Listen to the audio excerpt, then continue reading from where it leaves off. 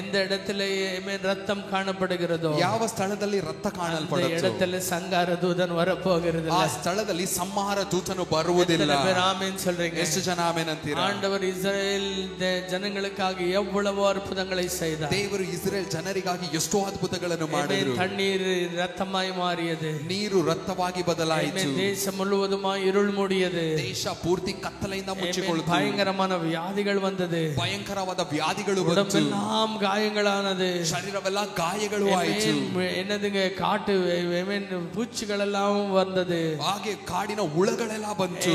அது மட்டுமல்ல தவளைகளெல்லாம் வந்தது. ಅದು ಮಾತ್ರವಲ್ಲ, ಕಪ್ಪೆಗಳೆಲ್ಲ ಬಂತು. என்ன செய்தாலும் ಏನೇ ಆದ್ರೇನು ಫರೋ ஒண்ணுமே செய்யாமல் அவன் கடினப்படுத்தி கொண்டிருந்த போது, ಫರೋ ಏನು ಮಾಡದೆ ಆತನು ಕಠಿಣಪಡಿಸಿಕೊಳ್ತಾ ಇದ್ದಾಗ ஆண்டவர் சொன்னார், ದೇವರು ಹೇಳಿದ್ರು, ஆமென், ஆட்டுக்குட்டியின் ரத்தத்தை எடுத்து வீட்டுக்கு பூசுங்க, ಕುರಿ ಮರಿಯ ರಕ್ತವನ್ನು ತೆಗೆದು ಮನೆಗೆ ಹಚ್ಚಿ. இன்னைக்கு ஒன்னு இல்ல ரெண்டு பாத்திரம் ಇವತ್ತು ನಾ ಒಂದಲ್ಲ ಎರಡು ನೋಡೇ ನೋಡ್ತೀನಿ. எத்தனை பேர் ஆமென் சொல்றீங்க? ಎಷ್ಟು ಜನ ಆಮೆನ್ ಅಂತೀರಾ? ஆண்டவர் சொன்னா, ದೇವರು ಹೇಳಿದ್ರು, ரத்தம் பூசப்பட்டா ರಕ್ತವು ಹಚ್ಚಿದ್ರೆ ஆமென், ஊரையே கொல்லுகிறது உன்னை கொல்ல முடியாது. ಊರನ್ನೇ ನಾಶ ಮಾಡುವಂತದ್ದು ನಿನ್ನನ್ನು ನಾಶಪಡಿಸುವುದಿಲ್ಲ. எத்தனை பேர் ஆமென் சொல்றீங்க? ಎಷ್ಟು ಜನ ಆಮೆನ್ ಅಂತೀರಾ? ஹalleluya, ஹalleluya. ஊரையே நாசப்படுத்த, தேசத்தையே நாசப்படுத்துற கோவிட் உன்னை தொட முடியாது.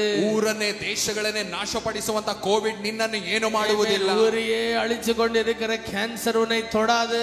ಊರನ್ನೇ ನಾಶಪಡಿಸುತ್ತಿರುವಂತ ಕ್ಯಾನ್ಸರ್ ನಿನಗೆ ಏನು ಮಾಡುವುದಿಲ್ಲ. பேர் விசுவாசிக்கிறீங்க? ಎಷ್ಟು ಜನ ನಂಬುತ್ತೀರಾ? ஏனென்றால் ಯಾಕಂದ್ರೆ ஆட்டுக்குட்டியானவருடைய ரத்தம் வாசலில் மேல் பூசப்பட்டிருக்கிறது. ಆ ಕುರಿಮರಿಯ ರಕ್ತವು ಮನೆಯ ದ್ವಾರಕ್ಕೆ ಹಚ್ಚಲ್ಪಟ್ಟಿದೆ. அந்த ரத்தம் பூசப்பட்ட அதே இரவில சங்கார தூதன் வந்தான். ಆ ರಕ್ತವು ಹಚ್ಚಲ್ಪಟ್ಟ ಅದೇ ರಾತ್ರಿಯ ಸಂಹಾರ ದೂತನು ಬರ್ತಾರೆ. எவ்வளவு வரைக்கும் அந்த ரத்தம் ஃப்ரெஷ்ஷா இருக்கிறதோ அவ்வளவு வரைக்கும் தான் ಅದಕ್ಕೆ வல்லமை. ಯಾಕಂದ್ರೆ ಎಷ್ಟು ತನಕ ಆ ರಕ್ತವು ಫ್ರೆಶ್ ಆಗಿರುತ್ತೋ ಅಷ್ಟು ತನಕ ಮಾತ್ರ ಅದಕ್ಕೆ ಬಲ. ಆದರೆ எந்த நாளும் என் வாழ்க்கையில சங்கார தூதன் வர முடியும். ಯಾವ ದಿನವೂ ಕೂಡ ನನ್ನ ಜೀವನದಲ್ಲಿ ಸಂಹಾರ ದೂತನು ಬರುವುದೇ ಇಲ್ಲ. வாழ்க்கையில என்னைக்குமே கூட ஐகுப்தின் வல்லமை எனக்கு முன்ன நிக்க முடியாது. ಎಂದು ಕೂಡ ನನ್ನ ಜೀವನದಲ್ಲಿ ಐಗುಪ್ತದ ಬಲ ಎದುರು ನಿಲ್ಲಲು ಸಾಧ್ಯವೇ ಇಲ್ಲ.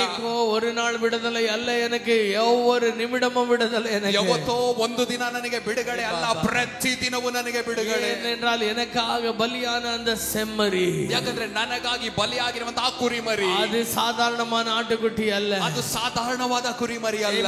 எதிரிகளை சாகடித்து என்னை வாழ வைக்கிற ஒரு ஆட்டுக்குட்டி அது. ವೈರಿಗಳನ್ನು ಸಾಯಿಸಿ ನನ್ನನ್ನು ಬದುಕಿಸುವಂತ ಕುರಿಮರಿ ಅದು. எத்தனை பேர் இன்றைக்கு ஆமென் சொல்றீங்க? ಎಷ್ಟು ಜನ ಇವತ್ತು ಆಮೆನ್ ಅಂತೀರಾ? ஐகுப்தில பார்க்கிறார்கள், ಐಗುಪ್ತದಲ್ಲಿ ನೋಡ್ತಾರೆ, ಸಾವಿಲ್ಲದ வீடில்லை, ಸಾವಿಲ್ಲದೆ ಇರುವಂತ ಮನೆನೇ ಇಲ್ಲ, ಸಾವಿಲ್ಲದ வீடில்லை, ಸಾವಿಲ್ಲದೆ ಇರುವ ಮನೆನೇ ಇಲ್ಲ, அழுகை ಇಲ್ಲದ வீடில்லை, ಕಣ್ಣೀರು ಇಲ್ಲದೆ ಇರುವಂತ ಮನೆನೇ ಇಲ್ಲ, பணமில்லாத வீடில்லை, ಎಣ ಇಲ್ಲದೆ ಇರುವಂತ ಮನೆನೇ ಇಲ್ಲ. ರಾಜಕುಮಾರನ್ ಮರಿತಿರುக்கிறார், ರಾಜಕುಮಾರನೇ ಸೆತ್ತೋಗಿದ್ದಾನೆ, ರಾಜ ಅಳುದು ಕೊಂಡಿರುக்கிறார், ರಾಜನು ಒಳಗೆ ಅಳ್ತಾ ಇದ್ದಾನೆ. ಅವனை ಆறுதல் ಪಡುತ್ತ ஒருவனும் இல்லை, ಆತನನ್ನು ಸಂತೈಸುವುದಕ್ಕೂ ಯಾರು ಇಲ್ಲ, ಅವನಿಗೆ ಧೈರ್யம் சொல்ல ஒருவரும் இல்லை, ಆತನಿಗೆ ಧೈರ್ಯ ಹೇಳುವುದಕ್ಕೂ ಯಾರು ಇಲ್ಲ. ರಾಜಕುಮಾರனுடைய சாவின் ஊர்வலத்துக்கு எவனும் இல்லை, ಆ ರಾಜಕುಮಾರನ ಸಾವಿನ ಕೊನೆಯ ಅಂತ್ಯ ಸಂಸ್ಕಾರಕ್ಕೂ ಕೂಡ ಯಾರು ಇಲ್ಲ. ஏனென்றால் ಯಾಕಂದ್ರೆ எல்லார் வீட்டிலும் மரணம், ಎಲ್ಲರ ಮನೆಯಲ್ಲಿ ಮರಣ, எல்லார் வீட்டிலும் மரணம், ಎಲ್ಲರ ಮನೆಯಲ್ಲಿ ಮರಣ. ஆமென், ஹalleluya, ஹalleluya. ஆடு மாடுகளுடைய முதல் பிறந்ததும் கூட மரித்ததுங்க. ತನ್ನ ಕುರಿಗಳ ಮಧ್ಯದಲ್ಲೂ ಮೊದಲನೇ ಹುಟ್ಟಿದ ಚೊಚ್ಚಲದ್ದು ಅದು ಕೂಡ ಸೆತ್ತೋಗಿದೆ. சிறைக்குள்ள கிடந்தவர்கள் முதல் பிள்ளைகள் மரித்து போனார், ಸೆರೆಮನೆಯಲ್ಲಿ ಇರುವಂತ ಚೊಚ್ಚಲ ಮಕ್ಕಳೆಲ್ಲ ಸೆತ್ತೋಗಿದ್ದಾರೆ. அரண்மனைக்குள் வேலை செய்கிற முதல் பிள்ளைகள் எல்லாம் மரித்தார்கள், ಅರಮನೆ ಒಳಗೆ ಕೆಲಸ ಮಾಡುವಂತ ಚೊಚ್ಚಲ ಮಕ್ಕಳೆಲ್ಲ ಸೆತ್ತೋಗಿದ್ದಾರೆ. ஆனால் என்ன செய்யறது? ಆದ್ರೆ ಏನ್ ಮಾಡೋದು? இஸ்ரவேல்ல ஒரு சாவும் கிடையாது, ಇಸ್ರೇಲ್ ಅಲ್ಲಿ ಒಂದು ಸಾವು ಇಲ್ಲ. சாக வேண்டியவனோ அன்னைக்கு சாகல போயா, ಸಾಯ್ಬೇಕಾಗಿರೋವನು ಕೂಡ ಆ ದಿನ ಸಾಯ್ಲಿಲ್ಲ. ஏன் தெரியுமா? ಯಾಕೆ ಗೊತ್ತಾ? ಆಮೆನ್, முதல் பிள்ளை எங்களுக்காக பலியானது, ಮೊದಲು ಆ ಚೊಚ್ಚಲ ಮಗು ನಮಗಾಗಿ ಬಲಿ ಆಯಿತು. எத்தனை பேர் ஆமென் சொல்றீங்க? ಎಷ್ಟು ಜನ ಆಮೆನ್ ಅಂತೀರಾ? எல்லா முதல் பிள்ளைகளுக்காக, ಎಲ್ಲಾ ಚೊಚ್ಚಲ ಮಕ್ಕಳಿಗಾಗಿ. ஆமென், ஒரு முதல் பிறந்தவர் ஒருவர் எனக்காய் பலியானார், ಒಂದು ಚೊಚ್ಚಲ ಮಗು ನಮಗಾಗಿ ಬಲಿ ಆಯಿತು. ஆமென், எங்களுக்காக ஒருவர் கிழிக்கப்பட்டார், ನಮಗಾಗಿ ಒಬ್ಬರು ಅರಿಯಲ್ಪಟ್ಟರು, ஒருவர் எங்களுக்காய் ரத்தம் சிந்தப்பட்டார், ನಮಗೋಸ್ಕರ ಒಬ್ಬರು ರಕ್ತವನ್ನು ಸುರಿಸಿದರು, ஒருவர் எங்களுக்காக தன்னுடைய ஜீவனையே கொடுத்தார், ಒಬ್ಬರು ನಮಗಾಗಿ ಆತನ ಜೀವವನ್ನೇ ಕೊಟ್ಟರು. ஆமென், அழுகையின் சத்தம் காதில் கேட்கிறது, ಕಣ್ಣೀರಿನ ಶಬ್ದ ಕಿವಿಗೆ ಕೇಳ್ತಾ ಇದೆ. ஆமென், அதுவரையிலும் ಅಷ್ಟು ತನಕ எரிந்து பேசின வார்த்தைகள், ಎಲ್ಲ ಉರಿತನದಿಂದ ಮಾತಾಡಿದ ಮಾತುಗಳು கொடுத்த வார்த்தைகள், ಗುಣಗುಟ್ಟಿದ ಮಾತುಗಳು, ಆಮೆನ್, ಅವர்கள் ಕೋಪத்தாலே பேசின சபித்த வார்த்தைகள், ಅವರು ಕೋಪದಿಂದ ಮಾತಾಡಿದ ಶಪಿಸಿದ ಮಾತುಗಳು, அன்னைக்கு இரவு எல்லாமே மாறிடுச்சு. ಆ ರಾತ್ರಿ ಎಲ್ಲವೂ ಬದಲಾಯಿತು. எல்லாರ வீட்டிலும் அழுகை, ಎಲ್ಲರ ಮನೆಯಲ್ಲಿ ಕಣ್ಣೀರು. ಆದರೆ ಆಮೆನ್, தேவனுடைய பிள்ளைகளுடைய வீட்டில, ದೇವ ಮಕ್ಕಳ ಅವರ ಮನೆಗಳಲ್ಲಿ அன்னைக்கு எல்லார வீட்டிலும் கொண்டாட்டம். ಅವತ್ತು ಎಲ್ಲರ ಮನೆಯಲ್ಲಿ ಕೊಂಡಾಟ. எல்லாರ வீட்டிலும் கூட ನಾನ್ವೆಜ್ சாப்பாடு. ಪ್ರತಿ ಎಲ್ಲಾ ದೇವರ ಮಕ್ಕಳ ಮನೆಯಲ್ಲೂ ಕೂಡ ನಾನ್ ವೆಜ್. எல்லார வீட்டிலும் பொன்னும் பொருளும் குவிந்து கிடக்குது. ಎಲ್ಲರ ಮನೆಗಳಲ್ಲಿ ಬೆಳ್ಳಿ ಬಂಗಾರಗಳೆಲ್ಲ ಸೇರ್ತಾ ಇದೆ. ஆமென். எல்லார வீட்டிலும் கூட ஆமென் ಪ್ಯಾಕ್ ಆಯ್ತು இருக்கிறது வெளியே போக.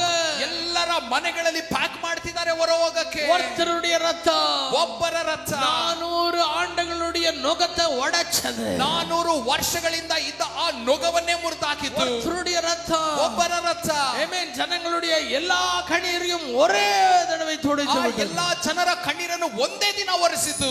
அந்த ரத்தம் தான் எங்க மேல இருக்கிற ரத்தம். ಆ ರಥವೇ ನಮ್ಮ ಮೇಲಿರುವಂತ ರಥ. இன்னைக்கு என்னோடு சேர்ந்து ஆமென் சொல்றீங்க? ಎಷ್ಟು ಜನ ಇವತ್ತು ನನ್ನ ಜೊತೆ ಸೇರಿ ಆಮೆನ್ ಅಂತೀರಾ?